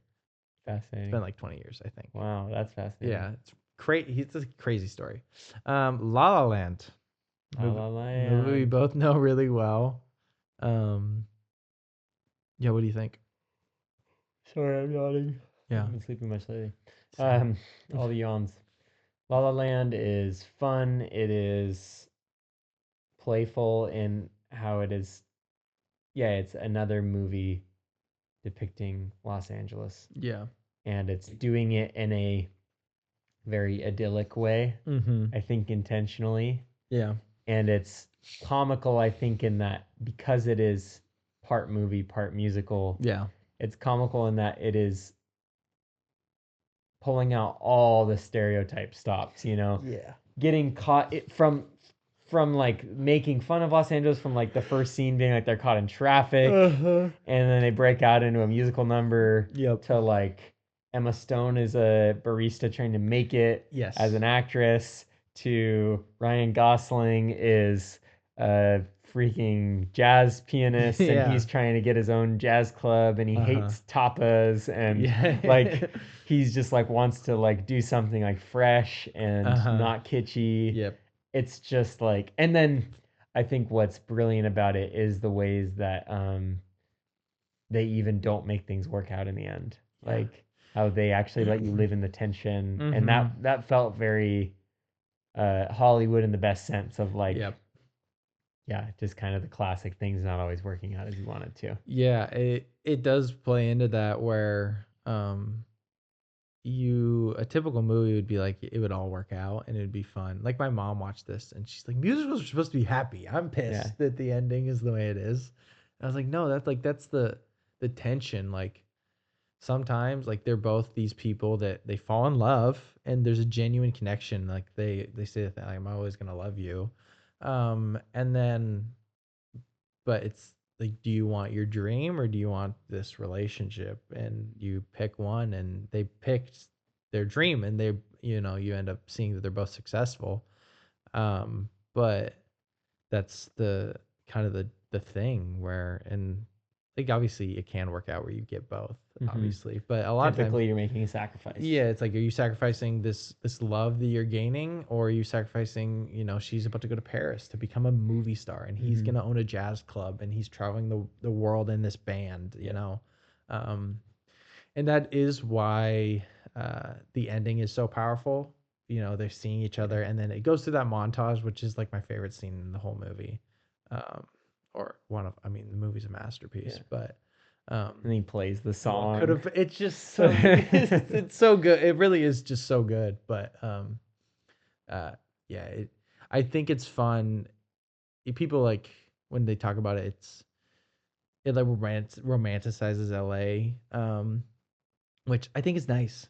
Like I like that. Like not every movie needs to be about the crime underbelly or the Hollywood greed. Like it can be fun and Yeah. like there's joy found in this Yeah. place. It's doing it purposefully. Yeah, and I like that. Like, I think it's great. So, um, Blade Runner, another, I mean, sequel. Under Silver Lake's interesting, but I didn't like it. So, mid 90s, and again, another one of your favorite movies. There's a theme here. You kind of mentioned it already. Yeah, your thoughts on mid 90s. Anything else you want to add? No. Yeah. I said my piece. Yeah. I stand by it. It's brilliant. Once Upon a Time Great. in Hollywood, another Tarantino. Oh, dude. A love letter to Hollywood, Yeah. definitely in a sense. Yep. Um, there's so much to unpack with this movie. I don't even know where I would begin.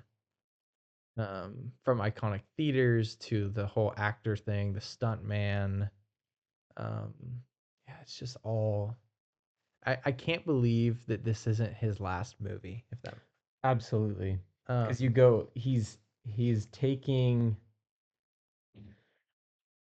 If La La Land is like a playful, glamorized address to the stereotypes of Hollywood, Yep. Once Upon a Time in Hollywood is an honest look at kind of it's like a if La La Land is the final product, Once Upon a Time in Hollywood is like the behind the scenes of like IRL. Yeah.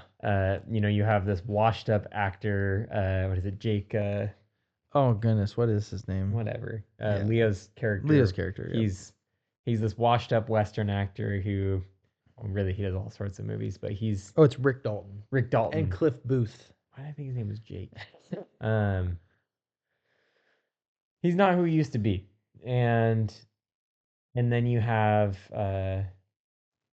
all these. Where's I going with that? Yeah, he's feeling washed up. He lives in the house on the hill, but he's not satisfied. You're just kind of getting the behind the scenes on all of that. His stunt double is actually seeming to keep his life together more than he can for himself, and the revisionist history pieces Yep. of like the Manson family Mhm. and the neighbor who's Margot Robbie, and I'm blanking on her name. Sharon Tate. Sharon Tate, that's it. I want to say Taylor. And the revisionist history of if she lived, because I know she was a big deal. Yep. Roman Polanski. Does Mhm. all the revisionist history? This was it the Skinwalker or Skywalker Ranch? What was it? Yeah, I think that's what was it called? I think you're right. I think that's what it was called, but Yeah, just fascinating, like kind of revisionist history, classic Tarantino. Using because he loves Los Angeles. yeah, clearly. Does he live in Los Angeles? I believe so. Yeah, that would make sense that he loves it so much. Next movie is Marriage Story, kind of coast to coast. Oh, man. Yeah. It's much more like career depiction, obviously. But genuinely like absolutely devastating movie. Yes. Beautiful movie. Devastating. Didn't you watch it on your We honeymoon? watched it on our honeymoon, That's not crazy. knowing what it was about. I just I- read Marriage Story and I figured, oh, maybe like a That'd be conflict good. about a marriage. Yeah, no, just one of them. Gosh, Crashing. great movie though. So good though. It's so good. It really is like amazing. I don't regret watching it. Maybe I No. would have watched it at a different time. Yeah, maybe. North Hollywood, a movie you put me on to. Oh yeah. Interesting. It's like I don't know, go watch mid-90s kind of deal. It's like, yeah. How did this? Yeah. Why did you feel like you needed to make this after mid '90s? It could have been something fresh, It wasn't could have it? been, yeah. It Can't was. even tell what time period it's in. No, like I have no It's idea. like it feels like at one point you're in the '90s. At one point it feels like you're in the 2010s. 2010s. Yep. It's odd. Soundtrack's great. Pharrell's the producer, but then Yeah. you're also like, why does this story make zero sense? Yeah, it's true. Licorice Pizza, I have not seen. That story again, I need to watch that again, but I just did not understand it. Yeah. Yeah, it was interesting. I think it felt like one of those classic postmodern films that you're like, Mm-hmm. I'm all for making art that doesn't make sense immediately, but I really was genuinely puzzled. And I think that probably is part of the reason to get given the title. Yeah, like what? Yeah, Yeah, what does this mean? This feels made up. I haven't seen it. It's on my list. Everything's on my list. Ambulance. This is a fun movie. Haven't seen it. It's Michael Bay, Of course. Jake Gyllenhaal, and it takes place pretty much entirely in an ambulance driving around Los Angeles, being chased by cops. Okay. It's like GTA the movie. Wow. It's a lot of fun. I love JGL. I can't lie. It's like Jake Gyllenhaal is like going crazy. Like he's berserk in this movie. And I said JGL. It's Joseph Gordon-Levitt. I'm sorry. I meant Jake Gyllenhaal. I thought you just mumbled Gyllenhaal. So, and then last one to talk about is Babylon. Came out 2022. It's the Margot Robbie, Damien Chazelle. Very divisive movie about old. Yeah, why was it divisive? People hated it. I have no idea. I genuinely think, obviously, I think it's very good. So I don't get why. it's the transition between just regular silent films to talkies. You get there's some scenes in here that are just so good about movies and the creation of movies the scene where Margot Robbie is in that studio space or whatever, and it's really hot, and she's like has this. She's I don't remember if that's the one, but they keep repeating it over and over again. And the guy they open the door and they're like he's dead, and you remember that scene? Jog my memory. It's like they're in like a big warehouse thing. Yes. And she's acting and it's like fast paced and she's doing it over and over and over Yes, again. and the guy actually ends up The dying. guy actually ends Yes, up dying yes. in the booth thing. Yes. And they're like, he's dead. All right, get in there. And they just keep like the nature of Totally. movie making. Obviously if you're doing that now, you're like a terrible person. Yeah. Clearly. But um It's rough around the edges. it is. And then the ending of Babylon clearly being just an all timer. It's crazy. It's one of the best movie endings I think I've ever seen. Yeah, where he walks into the theater and then it just hits that montage and it's just beautiful. It's beautiful. Yeah. What movies are, man. They're It's so. magic. But we'll end with we had a weekly question, but I'm gonna end with a different one just because it's a little easier. Out of these movies we talked about, which one do you think kind of encapsulates or embodies the city of Los Angeles the best? It's probably not a right answer to this, but if you could pick one. Los Angeles as a whole and not Hollywood. Yeah. I would say we didn't even talk about it. It's right there on that list. Her. Oh, So I'm breaking the rules a little bit. I didn't even know But if you. I thought you. For some reason, I thought you didn't No. see that movie. Yeah. Oops. Her, I think, captures perfectly especially the present state, but really what Los Angeles has been what has been for a long time. Mm-hmm. The individualism and obsession with self and thinking that gratifying my own desires and all that will lead to kind of self-actualization and fulfillment. Yeah. Always just chasing your desires. Yeah. And how you think from the outset that this is just a decadent movie. Like that he's just getting pleasure and it's just delighting in sex and whatever makes you feel good. Or Right. if you can call it sex even. It's really like having a pseudo-sexual relationship with a robot. Yeah. And then how it ends in her leaving him. Yeah. And yeah, my thoughts aren't super formed there, but No, I think, and then the moments of loneliness when he is walking out in the city, you just the whole film just feels lonely. Yeah. He just feels so disconnected from people and so socially awkward that you just feel the weightiness of like, that feels like modern life in general, and having spent quite a bit of time there, that feels like Los Angeles. Yeah.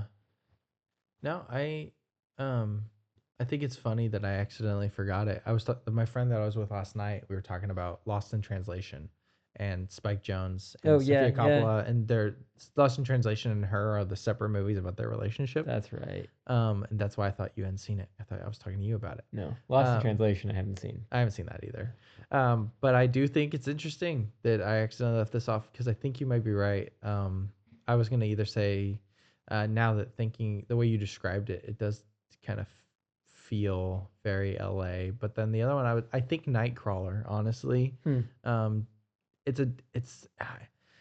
none of the movies do I think capture the perfect LA.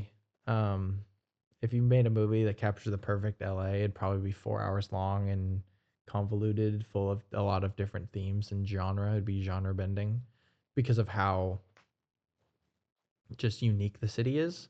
Right. But in terms of like the underbelly of LA and like the want and the need for the not like the image, but like the news and like the headline and the obsession with self and the rise of self. I think that Nightcrawler does a really good job of that. So I'd probably pick that. It's been like 2 years since I've watched it. I'm wanting to rewatch it, but that's your sense. Yeah, that's what I gain. And then honestly, I want to say La La Land, but that's probably not it. It's great though. But yeah, Ben, thanks for joining. It was a lot of fun. You betcha, sir. Yeah. Thanks for letting me hang. Yeah, of course. Anytime. Well, we can you come on, talk about something else. We'll talk about New York City next. I don't know. But yeah, it was a blast. Yeah, thank you everybody for listening. To an hour and 50 minutes of Los Angeles and movies talk. So, life's tough. Get a helmet.